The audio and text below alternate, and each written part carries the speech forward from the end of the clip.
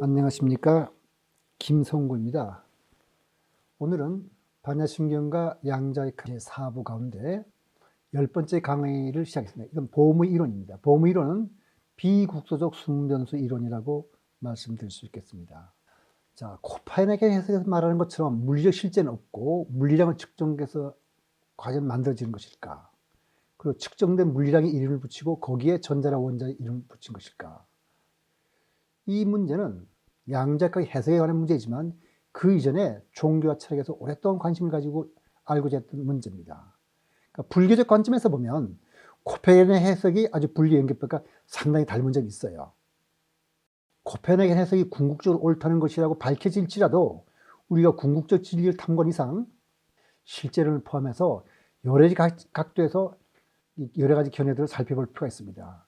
아인슈타인은 실제론자이지만 불교를 우주적 종교라고 부르는 사람인데 아인슈타인의 통일적 연구를 완성하려고 했었던 미국의 물리학자 맨델 수학스에 의하면 아인슈타인은 불교의 무아론과 장의 개념을 비교할 수 있다고 생각했어요. 다시 말해서 아인슈타인은 불교의 무아론을 받아들이면서도 실제론을 주장했으니까 그 아인슈타인이 생각했던 실제론이 어떤 건지는 조금 더 생각해 봐야겠지만 물리학자 막스 웨하머라는 사람이 아인슈타인과 종교를 해서 아인슈타인 앤 릴리전이라는 책에 210페이지에 나오는 말을 제가 그대로 옮겨 쓴 겁니다.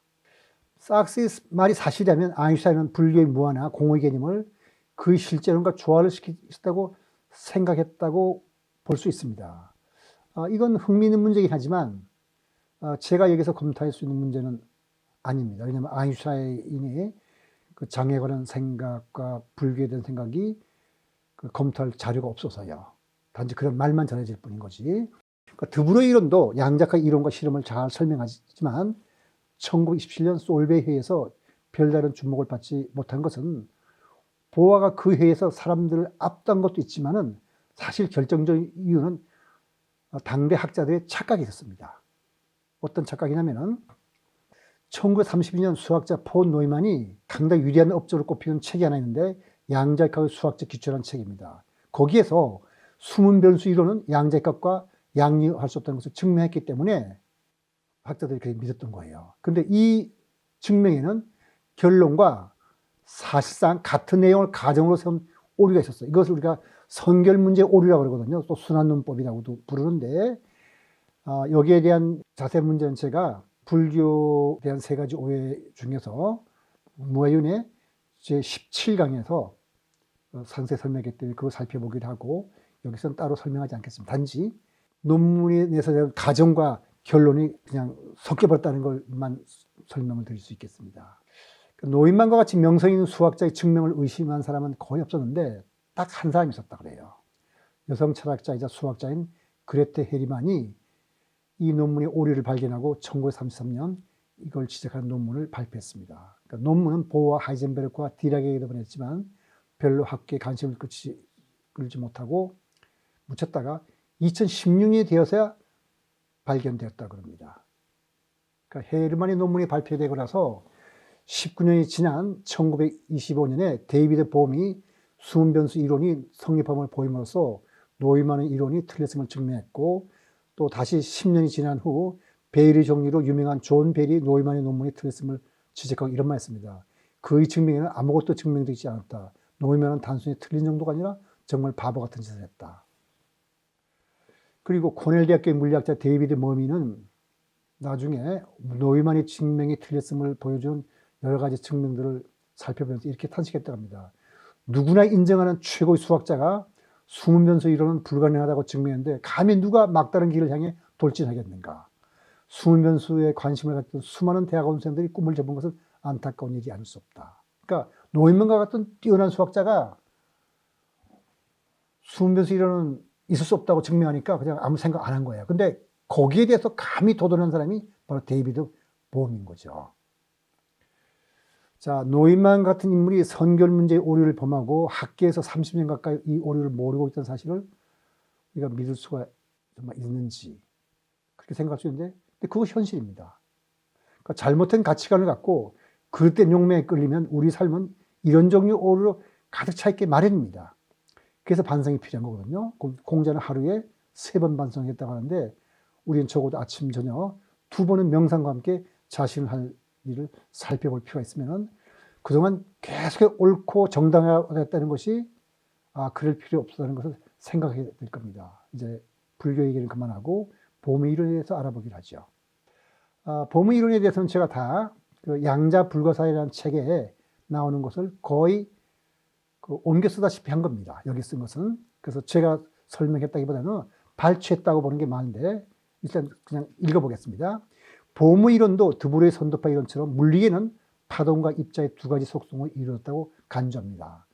보무 해석을 따르는 사람들은 양자학에 대한 보무 해석을 보무역학이라 부르고 하나의 학파를 이루고 지금까지 계속 연구하고 있지만은 보무 이론에 새로운 방정식이 있는 거 아닙니다. 우리가 이론이라 볼 때는 보통의 경우에 새로운 방정식이 나오는 것인데 보무 이론에는 새로운 방정식이 있는 건 아닙니다.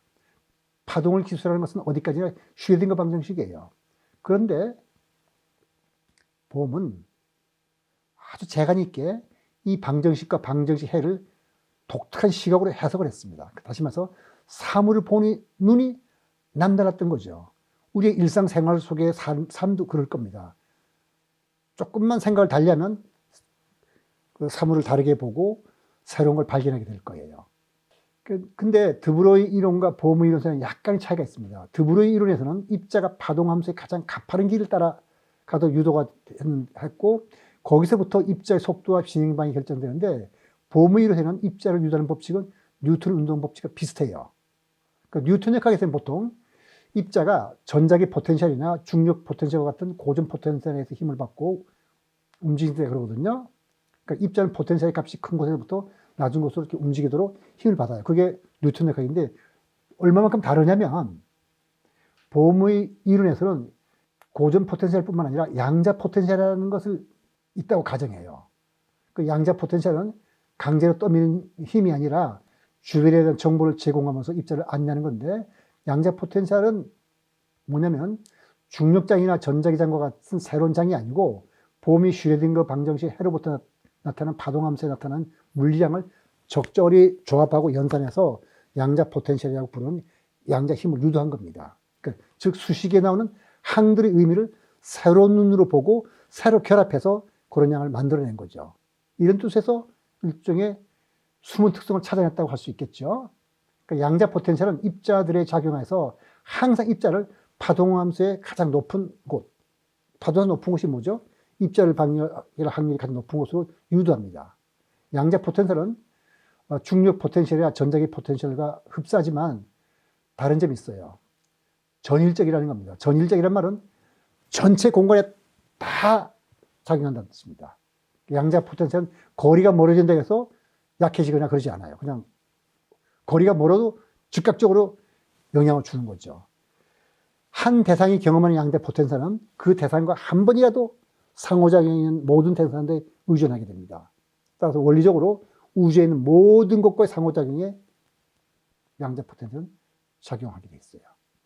그러니까 보무의 해석은 물리적으로 또 실제하고 완벽하게 결정적인 세계를 기술합니다. 이 상자 2개를 두면은 그 전에 저기 강의할 때는 입자 하나가 파동이 돼가지고 상자 2개에 들어갈 수 있다고 그랬는데 보무 이론에서는 입자 파동을 2개 있으니까 입자 하나에 들어가요.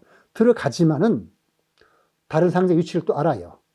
그래서 거시적인 상자쌍은 양자 파텐을 통해서 나머지 세계에 항상 순간적으로 그 정보를 주고받기 때문에 그래요. 그래서 따라서 먼저 원자를 방출한 거시적 장치와도 소통하고 나라는 원자와도 소통해요. 그게 무슨 말이냐면 우리가 전자를 이렇게 방출했으면 이것이 제가 뭐라 했어요? 거울 2개로 나와가지고 이 상자에 들어오고 이 상자에 들어온다고 했잖아요. 근데 양자 포텐셜은 이 거시 장치와도 서로 연락할 수 있고 나라를 원자도 연락할 수 있고 또 실험 장치를 배치한 인간 역시 양자 포텐셜의 영향을 서로 주고받는다. 양자 포텐셜은 존재하는 모든 것과 다 관계를 맺는다 이런 뜻입니다. 그래서 이것을 이제 뭘 의미하는지 우리가 해설을 해보면 보무의 이론에서도 불확정 소원을 인정해요. 그러나 보무의 이론에서는 모든 입자는 실제하고 정확한 위치의 운동을 갖는데 그것이 불확정 원리를 따르는 것처럼 보이는 것은 초기에 모든 입자의 위치 속도를 모르기 때문에 불확정 소리처럼 나타난다 그런 겁니다. 입자는 정해진 위치와 명확한 상태를 갖고 있지만 입자의 초기 조건을 모르기 때문에 파동함수는 확률파와 같은 형태가 돼요. 거기 보면 파동함수가 상태 1, 상태 2 합으로 쭉 되어 있죠. 그러니까 만약에 스웨딩 고양이를 예를 들자면 고양이는 한 마리예요. 죽을까 살았까 둘 중 하나지 반쯤 죽었고 반쯤 살았던 그런 고양이는 없어요. 그러니까 산 고양이와 죽은 고양이가 동시에 존재하는 경우는 없습니다. 그러나 확률파의 규칙에 따라 고양이 파동함수는 두 개의 파동이 중첩은 되어 있어요. 파동함수는 두 개의 중첩이 되어 있어요. 그러니까 실제 고양이는 살았거나 죽을거나 하듯이. 그러니까 전자를 기준한 전자의 파동이 전자의 기를 유도하듯이 고양이의 파동은 고양이 상태를 유도해요. 그러니까 고양이 몸을 이루는 원자 전체의 배열을 다 파동함수로 나타내면 그렇게 된다는 얘기죠. 그러니까 우리는 고양이가 살아있는 것을 발견했다고 가정합시다.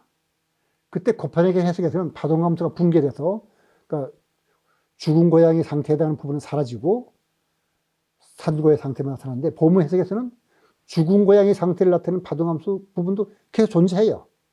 왜냐하면 처음부터 파동함수는 죽은 상태의 고양이와 산 상태의 고양이에 중첩이 되어 있고 실제 고양이는 입자로서 살아있는 곳이 있었으니까. 그러니까 파동함수가 붕괴되지 않고 존속한다는 점이 보호미론의 강점이라고 보는 사람도 있지만 달리 생각하면 실제 입자와 아무 관계도 없는 파동의 한 부분이 계속 존재하는 것은 이상한 일이죠. 그러니까 입자에 영향을 미치지 않는 파동의 함수분이 계속 많아지는 거잖아요.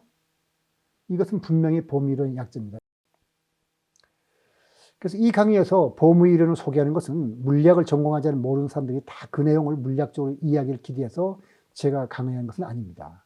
다음엔 코페르니쿠스 해석이 아니더라도 여러 가지 해석이 있을 수 있음을 알리고 우리가 진리라고 생각하는 것이 과연 무엇인지에 대해서 함께 생각해 본 뜻에서 5개 해석과 보무 해석을 소개한 겁니다. 사실 물리학자들 사이에서 오고 가는 해석은 한 8개쯤 돼요.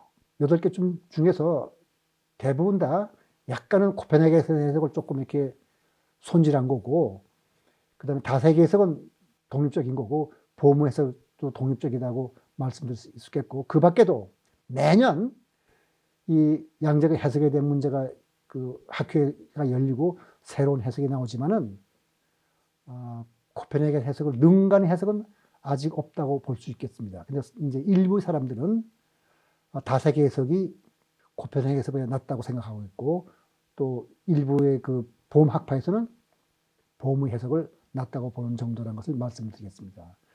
양자역학 해석은 모두 인간이 이해할 수 있는 방법으로 이론과 실험을 연결하고 설명한 것이거든요. 결국은 내러티브예요. 그러니까 누구 것이 옳다는 게 딱 부러지지 않기 때문에 이렇게 여러 가지 해석이 병립하는 거거든요.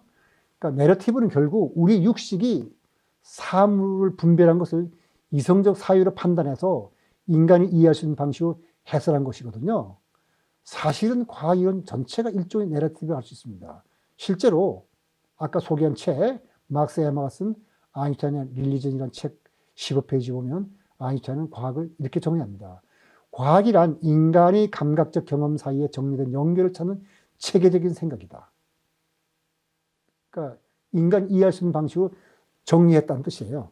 과학은 목적들과 가치들 사이에 모순이 없는지를 조사할 수 있지만 이 목적과 가치들이 과학에 의해 정의될 수는 없다. 왜냐하면 이것은 종교의 영역에 속하기 때문이다. 그러니까 과학이 인간의 삶의 목적과 가치들에 대해서는 말할 수 없다. 이런 말을 하는 거죠.